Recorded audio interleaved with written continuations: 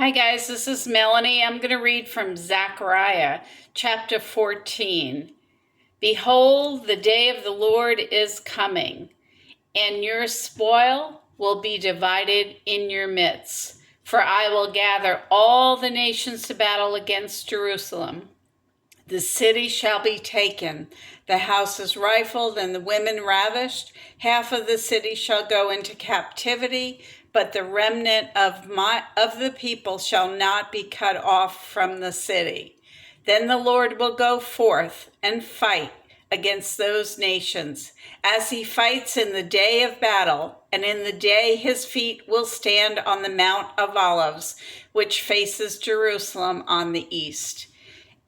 And the Mount of Olives shall be split in two, from east to west, making a very large valley. Half of the mountain shall move toward the north, and half of it toward the south.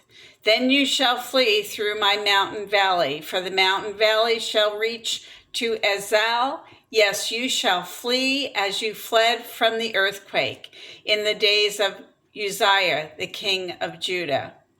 Thus the Lord my God will come, and all of the saints with you. It shall come to pass in that day that there will be no light. The light will diminish. It shall be one day, which is known to the Lord, neither day nor night, but at evening time it shall happen that it will be light. And in that day it shall be that living water shall flow from Jerusalem, half of them toward the eastern sea and half of them toward the western sea.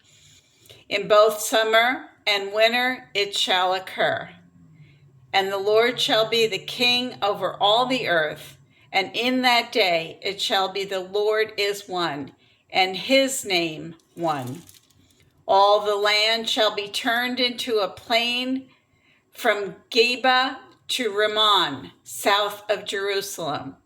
Jerusalem shall be raised up and inhabited in her place, from Benjamin's gate to the place of the first gate and the corner gate, and from the tower of Hananel to the king's wine presses. The people shall dwell in it, and no longer shall there be utter destruction, but Jerusalem shall be safely inhabited. And this shall be the plague with which the Lord will strike all the people who fought against Jerusalem. Their flesh shall dissolve while they stand on their feet. Their eyes shall dissolve in their sockets, and their tongues shall dissolve in their mouths. It shall come to pass in that day that a great panic from the Lord will be among them. Everyone will seize the hand of his neighbor and raise his hand against his neighbor's hand. Judah also will fight at Jerusalem, and the wealth of all the surrounding nations shall be gathered together, gold, silver, and apparel in great abundance. Such also shall be the plague on the horse and the mule, on the camel and the donkey, and on all the cattle that will be in those camps. So shall this plague be. And it shall come to pass that everyone who is left of all the nations which came against Jerusalem shall go up from year to year to worship the King, the Lord of hosts, and to keep the Feast of Tabernacles. And it shall be that whichever of the families of the earth do not come up to Jerusalem to worship the King, the Lord of hosts, on them there will be no rain. If the family of Egypt will not come up and enter in, they shall have no rain. They shall receive the plague with which the Lord strikes the nations who do not come up to keep the Feast of Tabernacles.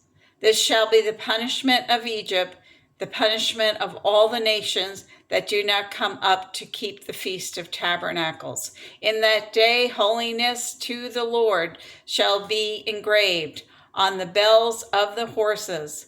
The pots in the Lord's house shall be like the bowls before the altar. Yes, every pot in Jerusalem and Judea shall be holiness to the Lord of hosts. Everyone who sacrifices shall come and take them and cook in them in that day. There shall no longer be a Canaanite in the house of the Lord of hosts. The Lord is coming again, guys. Make sure you receive him into your hearts and everybody you know and love to follow Jesus. He is our King of Kings, our Lord of Lords, and he is coming soon. I hope you guys have a great day.